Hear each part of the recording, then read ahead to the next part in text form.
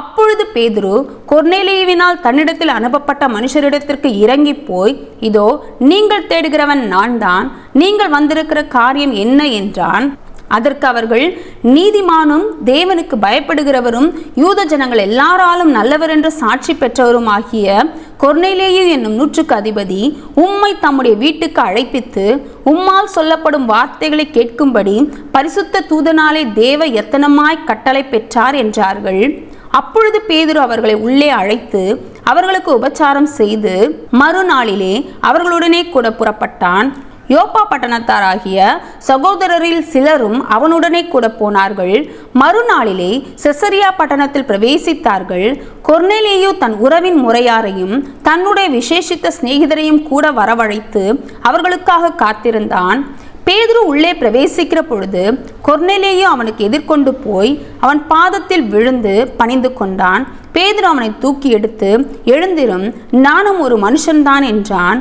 அவனுடனே பேசிக்கொண்டு உள்ளே போய் அநேகர் கூடி வந்திருக்கிறதை கண்டு அவர்களை நோக்கி, அந்நிய ஜாதியானோடே கலந்து அவனிடத்தில் போக்கு வரவாய் இருப்பது யூதனானவனுக்கு விலக்கப்பட்டிருக்கிறது என்று நீங்கள் அறிந்திருக்கிறீர்கள்.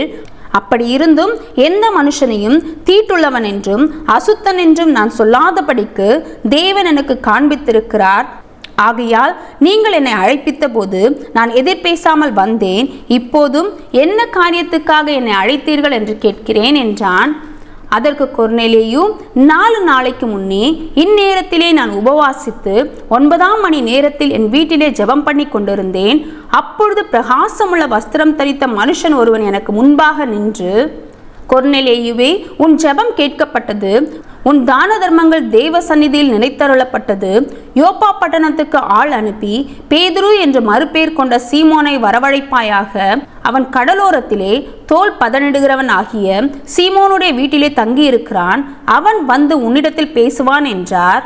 அந்தபடியே நான் உடனே உம்மிடத்திற்கு ஆள் அனுப்பினேன். நீர் வந்தது நல்ல காரியம்.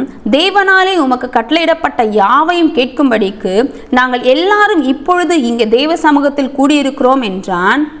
அப்பொழுது பேதுரு பேசத் தொடங்கி, தேவன் பட்சபாதம் உள்ளவர் அல்ல என்றும் எந்த ஜனத்தினால் ஆயினும் அவருக்கு பயந்திருந்து நீதியை செய்கிறவன் எவனோ அவனே அவருக்கு உகந்தவன் என்றும் நிச்சயமாய் அறிந்திருக்கிறேன். எல்லாருக்கும் கர்த்தராயிருக்கிற இயேசு கிறிஸ்துவை கொண்டு அவர் சமாதானத்தை சுவிசேஷமாய் கூறி இஸ்ரவேல் புத்திரருக்கு அனுப்பின வார்த்தை அறிந்திருக்கிறீர்களே. யோவான் ஞானஸ்நானத்தை குறித்து பிரசங்கித்த பின்பு கலிலேயா நாடு முதற்கொண்டு யூதேயா தேசமெங்கும் நடந்த சங்கதி இதுவே.